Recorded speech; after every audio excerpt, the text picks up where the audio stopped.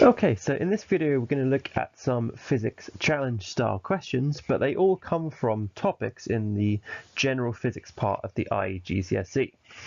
So let's kick off. So we've got a Boeing 737, mass of 58,000 kilograms, and has a takeoff speed of 285 kilometers per hour. And it reaches that after 30 seconds of acceleration. It has two engines, each capable of producing a thrust of 90,000 newtons. Calculate the acceleration in meters per second squared, assuming it's uniform, and the force required to produce it. Explain why your answer does not match the thrust data for the engines. How long does the runway need to be? So we've got, this is a multi-stage question, but we're going to start off by calculating the acceleration, assuming it's uniform. So if it's uniform acceleration, we can use a SUVAT equation to figure it out. And so what we're going to do is acceleration is change in velocity divided by change in time. So first of all, what you can see there, I'm converting from kilometers per hour into meters per second. So that's why we've times by 1,000 and divided by 3,600. Then we've divided all of that by 30 to turn that into acceleration. And once we've got acceleration, we can use F equals ma to give us what the resultant force is, 1.5 times 10 to the 5. So now we can move on to how long does the runway need to be. So this is where the SUVAT equation becomes useful. And we can use this because acceleration is uniform. And the initial velocity u is 0. We know the acceleration, we know the time, so we can see we need a 1.2 kilometer runway to allow this scenario to occur. So if we multiply the thrust by 2, so we get the total thrust forwards, we can see we actually end up with a force bigger than the resultant force we calculated earlier. But that's just going to be because we've actually got other forces opposing the thrust. So we've got drag, we've got friction, all of those kind of things. Those are going to reduce the resultant force, and therefore we end up with, that's why we get the difference in the two forces. Okay, so comets usually travel on highly elliptical orbits around the sun. They travel much faster when closer to the sun than they do when they are further away. Why is this? So I'm going to show you two different approaches to explain this, but let's start off by considering it in terms of energy. So the first point is something traveling through space is not going to experience any external forces like friction or drag. So the total energy of the comet should stay the same. So when the comet is furthest away, it would be at its largest value of GPE, and therefore at its lowest in terms of kinetic energy. But as the comet moves closer to the sun, its GPE is going to be transferred into kinetic energy, and that's why the comet's speed is increasing to obey the law of conservation of energy. Now this isn't in the iGCSE, but there's another way of explaining this using the idea of angular momentum. So again, there's no external force acting on it, or no external torque, so the angular momentum of the comet should be conserved. So angular momentum depends on the distance of your orbit. So as the distance decreases, the velocity must increase to keep angular momentum constant. That's another way of explaining the same thing, essentially. Okay, so define the moment of a force about a point and describe how you would use a meter ruler, a 100-gram mass and some thread in order to find the mass of an apple. So I'm going to address that first and then we'll do part C. The moment of a force is the product or multiplication of a force and the perpendicular distance to the pivot point. That's what a moment is. And if we wanted to find the mass of the apple, we would want to hang the ruler from a fixed point, and we'd hang it from the center so there's equal mass either side of that. Okay, so that's our starting point. I'm going to place the apple at a distance of 10 centimeters from that pivot point. So where we've tied the string is going to be our pivot. So 10 centimeters from there. And we find the distance that we have to put the 100-gram mass in order to have the system be in equilibrium. And then the reason I picked 10 centimeters is actually that would make the distance equal to the mass of the object. So that's generally speaking how we do it. And the reason we put the pivot at the center of the ruler is so we don't have to consider the moment of the weight force of the ruler itself too. Okay, so let's have a look at part C. So we've got a uniform meter ruler, weight 0.9 newtons, suspended horizontally by 2 vertical loops, thread A and B, 20 centimeters and 30 centimeters from each end. Find the positions on the rule at which a 2 Newton weight must be suspended to make A become slack. Okay, so here's a diagram of what this looks like. So the 0.9 newtons acts through the center of the ruler. A is 20 centimeters from one end, B is 30 centimeters from the other, and I've called the position of the 2 Newton weight X, and I'm measuring it from the string B. So if A becomes slack, that means FA becomes 0. So I'm going to take moments about B because we don't know what the force is in B. So if we take moments about B, then we get an expression where the only unknown is X, because we've got so A is slack, so FA is 0. So the only forces we have to consider are the weight force of the beam and the weight force of the 2 Newton mass. We can equate their moments together using B as the pivot. That allows us to solve what X is. So X is 0.09 meters, so it's going to be 21 centimeters from the right hand end. And we can apply this approach to make B become slack. So I've redesigned this a little bit. So X is now the distance from the A string. So if B becomes slack, the force in B becomes 0. Taking moments about A, so because we don't know what the force of A is, again we get a scenario where we make the clockwise moment equal to the anti-clockwise moment. We can solve for X. So X is 0.135, so we're going to have to be 6.5 centimeters from the left hand end in order to make B become slack.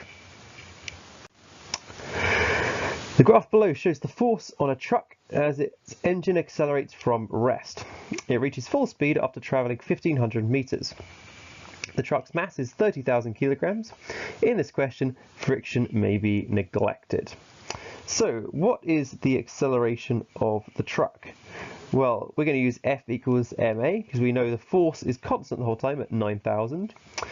So we're going to do 9,000 divided by the mass gives us the acceleration 0.30. So what is the area under the line of this graph and what are its units? You can see we're going to do force and distance, so the area is going to be work done, because it's when we get the area we've essentially multiplied force by distance, which is work done. So that has the unit of Newton meters, because it's force times distance, but we call that a joule. Sketch a graph of the velocity as a function of time. So we've got constant acceleration because the force is constant, therefore we're going to have a straight line graph because acceleration is the gradient of this graph, and it says it starts from rest, so we're going to start from v equals 0. Okay, compare your answer in part B to the kinetic energy of the truck after it has reached full speed. So in the question it tells us we can ignore friction, so since we can do that, the final kinetic energy should be equal to the work done or the area under this graph. Okay, so we're now going to talk about wind energy. So we've got an average wind speed at 25 meters above the Earth's surface on top of a hill is 7 meters per second. A wind turbine on the top of the hill has a rotational center of its blades at 25 meters above the ground, and its blades are radius 5 meters. The density of air is 1.3 kilograms per meter cubed. Okay, so that's our scenario. Imagine the circle described by the tips of the rotating blades. What is the volume of air passing through this circle each second? So the way I approach this is first I calculated the area that the wind is passing through, so using pi r squared. So then we can get the volume per second by multiplying the area by the velocity of the air, and so that's why we're going to times by 7, giving us 175 pi, which has the value of 550 meters cubed per second. Okay, so next we're going to convert that to the mass per second. So we've got the volume per second, so if we multiply that by the density, that should give us the mass per second instead, which comes out as 710 kilograms per second. And then the final thing we're asked to do is work out the kinetic energy per second as well. So we know the mass, we know the speed, so that would give us the kinetic energy per second using this equation. Okay, so the turbine converts 40% of the wind energy into electrical energy. What is the power output of the generator? Well, we know the power in, the kinetic energy per second, because we've just calculated it. So if we times that by 0.4, that will give us the power output of 7 kilowatts. The electrical power is transmitted to a farm through a cable with a resistance of 15 ohms at a voltage of 1000 volts. What fraction of the power is lost in transmission? So first of all, I'm going to calculate what the current is using P equals IV. So we get about 7 amps, and then use I squared R to calculate what the overall power lost in the cable is, 740 watts. Okay, in this question you'll follow the thoughts that convinced Sir Isaac Newton of the universal law of gravitation. Let us first consider an apple falling near the surface of the Earth. An apple, when released from rest, accelerates towards the centre of the Earth at approximately 10 meters per second squared.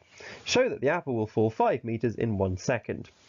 So, assuming acceleration is constant, we can use a Suvat equation. It says it starts from rest, so u is 0. Plug the numbers in and we come out with 5 meters.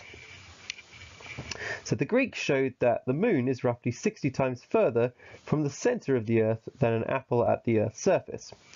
Newton expected the acceleration due to the Earth's gravitational force at the moon's orbit to be smaller than that of the surface of the Earth. But the question was, how much smaller? 60 times?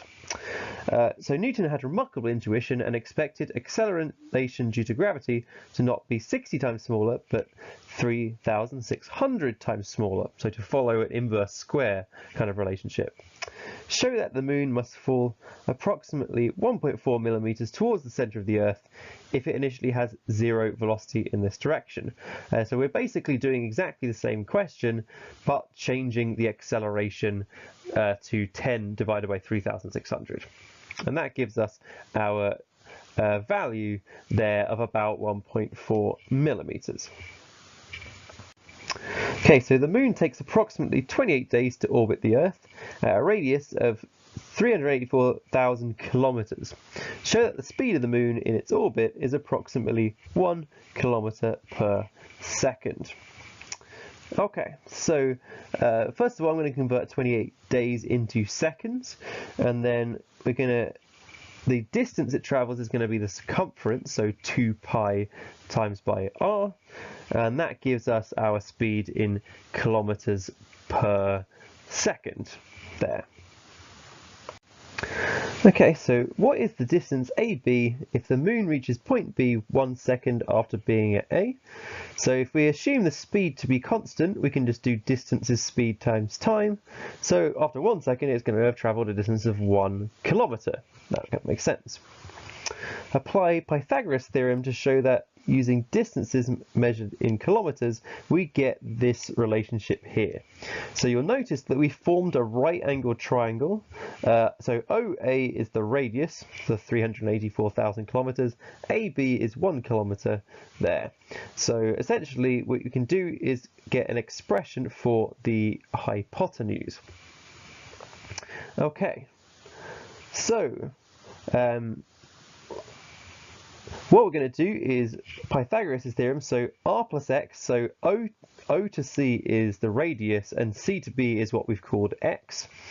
So that whole distance squared should be equal to OA, which is r, so r squared, and AB, which is 1 squared. That's just using Pythagoras' theorem.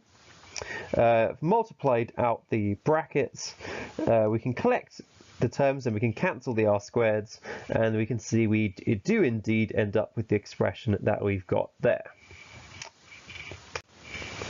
Use the expression to show that a fall of 1.3 millimeters each second is necessary to describe the motion of the moon in its orbit. So within the approximations made, this answer is equal to the answer in B. So let's take a look. So what we can do is I'm going to take all the terms together, because what we've created there is a quadratic expression. So x is going to be very small compared to r, so when you square a really small number, you can ignore that term essentially. So we're going to simplify it using that method. And then what we do is we rearrange, plug the numbers in, and we can see that x turns out to be about 1.3 millimeters. We didn't actually need to cancel our x. We could have solved it without cancelling x squared, but it's just easier if we make that simplification. Okay, so a truck with a faulty handbrake starts from rest and rolls down a slope of constant gradient. After a truck has rolled 50 meters along the slope, the speedometer reads 36 kilometers per hour. Calculate the gradient of the hill. You may neglect friction and other losses. So, first of all, I'm going to convert the speed into meters per second. That will simplify things already. And then I'm going to calculate what the change in GPE is, because the GPE lost must be equal to the kinetic energy gained. So once we've done that, we can rearrange to make delta H the subject, because that's going to be the vertical height change, and that's going to turn out to be 5 meters. Okay. So next I'm going to calculate how far it's travelled in the x direction. So we know the hypotenuse is 50, the vertical side is 5, so we can calculate how long the base is, and it turns out to be 49.74. Gradient is a change in y over change in x, so we're going to do 5 divided by 49.74, which is 0.1 to 2 SF. Okay. When investigating a road accident, the police found the car had crashed through the side of a road bridge over a motorway. The bridge was 20 meters above the motorway, and the point of impact of the car with the ground was found to be 50 meters in front of the point where the car left the bridge. The speed limit on the road bridge was 50 kilometers per hour. You may need to neglect air resistance. So, calculate the time it takes the car to fall 20 meters. So I'm going to use this equation right here. Its initial speed is 0 in the vertical direction. So you can cancel that out and then rearrange to make t the subject. Plug the numbers in and you can see it takes 2 seconds. What distance would the car cover at 50 kilometers per hour in this time? Well, we can use the same expression, but in the horizontal direction, there's no acceleration. So it's going to keep going at whatever speed it was going in the horizontal direction, ignoring drag and friction, those kind of things. So I've converted the 50 kilometers per hour into meters per second, times by the time, and we can see it would travel 28 meters, which would indicate if it traveled 50 meters that actually it was traveling almost double the speed limit when it crashed, which perhaps shouldn't be too surprising. Okay, so if there is no cloud cover, the intensity of sunlight on the surface of the Earth is approximately 11 kilowatts per square meter directly facing the sun. A solar cell is 30% efficient and has an area of 10 meters squared. It generates an output of 230 volts. What is the maximum current you could draw from it? Okay, so intensity is power per unit area. So first of all, we're going to calculate the input power using the intensity and the area. It's 10,000 watts. We know it's 30% efficient, so we times that by 0.3, and that gives us the output power. And if we know the voltage and we know the power, we can calculate the current to be 13 amps. The solar cell is installed on a roof directly pointing at the sun. A few hours later, it no longer directly points at the sun. In fact, it would need to be rotated 20 degrees to point directly at the sun. What is the total solar energy falling upon it in 2 minutes? So, what we need to do first of all is calculate the area that is perpendicular to the sun or directly facing the sun, which is why we do 10 times by cosine of 20. That's what that calculates. So then once we know the area, we can calculate the power, and then from power we can calculate what the energy is by multiplying by 2 and then by 60 to turn that into seconds, and that gives us the total energy that has arrived on the solar panel. Okay, so we've got a passing light-fingered alien sees your nice solar panel and steals it. Takes it home to Venus. So Venus is 2/3 of the distance from the sun the Earth is, so it's closer to the sun. Assuming that the thief's family install the panel on a cloudless part of the planet, pointing directly at the sun, will it collect more or less solar energy in each minute than it would on Earth? Explain your answer. You may assume the efficiency is not affected by the horrendous climate. So, what's going to happen here is the further away from the sun you get, the more spread out its rays get. So if you're closer to the sun, that means each meter squared of the solar panel will receive more sun's rays, and so it would produce a higher power. So in terms of estimating the output power, we need to think about some dimensions. So what we've got is a diagram here. So on Earth, a 1 meter by 1 meter solar panel would absorb the same rays as a 2/3 of a meter by 2/3 of a meter solar panel on Venus, because of the way the sun's rays spread out the further away you get.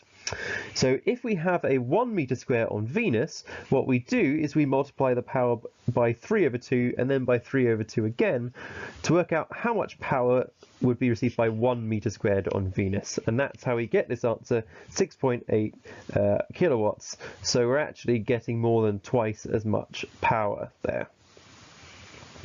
Okay, so the mechanic uses a hydraulic car lift to raise a car, which requires a new exhaust. The mass of the car is 900 kilograms. The car is driven onto a metal grid, which is supported by 4 columns in a regular arrangement.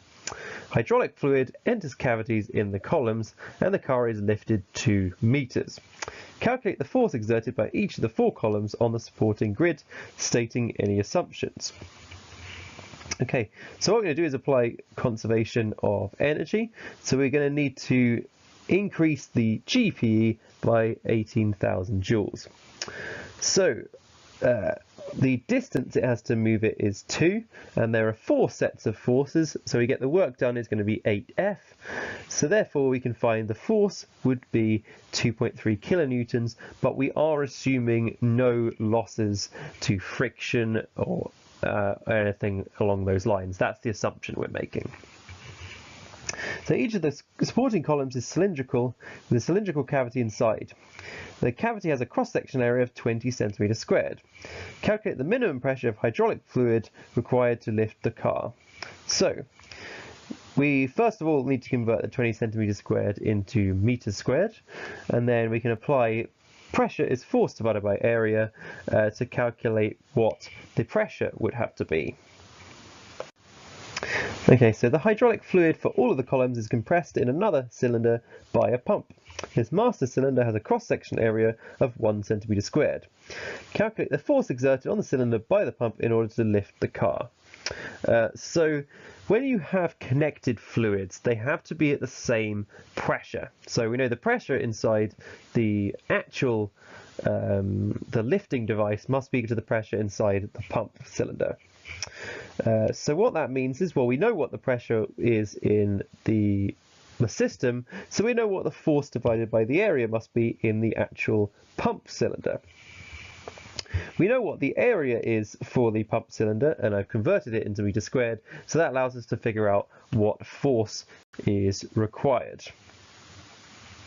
And so you can see here that force is actually pretty small, so we can use a very small force to lift a very heavy object. If the pump broke down, could the mechanic operate the master cylinder with physical force? Yes, I reckon they could. So The average mass is something about 60-70 kilograms, maybe a little bit more, depends. So their weight is 600 newtons, so if they applied their weight, they could easily lift this up.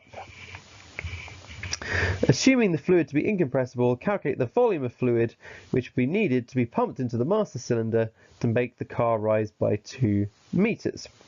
Well, we can calculate the volume of one cylinder using its area and its height. We've got 4 of them, so we need to multiply it by 4, and that gives us the volume we need. Okay, the question is concerned with stretching springs. A loaded spring is mounted vertically as shown, and the H1 is the height from the bench. Okay, and we've measured, we've applied a series of forces, and we've got different H's. Okay. So plot a graph of H1 against the load. So I've taken the data, I've scaled the axes, and we've got a graph like this. There, quickly to recap, with line of best fit, we're looking for equal numbers of points above and below it. So that's our graph that we can work with. Okay, so what is the meaning of the intercepts on the axes? So the intercept with the y-axis is when the force is equal to 0. So it tells us the height of the bottom of the spring with no load attached. The x-intercept is when the y-axis is 0, or the height is 0, so it's the load that makes the spring actually touch the ground. So there's 0 distance between the two.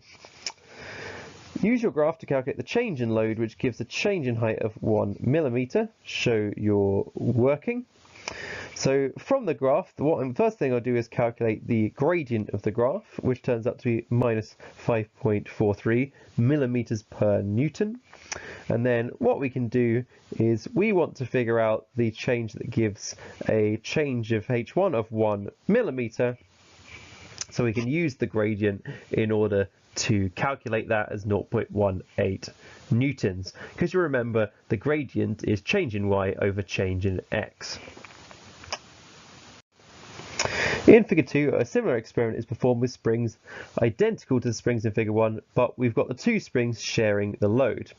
On your graph, draw a line that would represent the data for the experiment in figure 2. What is the value of H2 when the load is 10 newtons?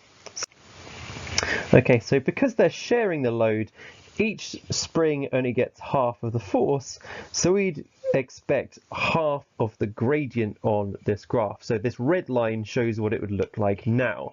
We'd get half of the gradient. So we've drawn our graph. What is the value of H2 when the load is 10 newtons? So our gradient is going to be half what it was before. So a straight line graph, remember, can be represented as y equals mx plus c, where m, the gradient, is minus 2.71, and c, the y-intercept, is 188. And then what we can do is we can solve what h is by putting force equals 10, and it gives us 160 millimeters. Okay.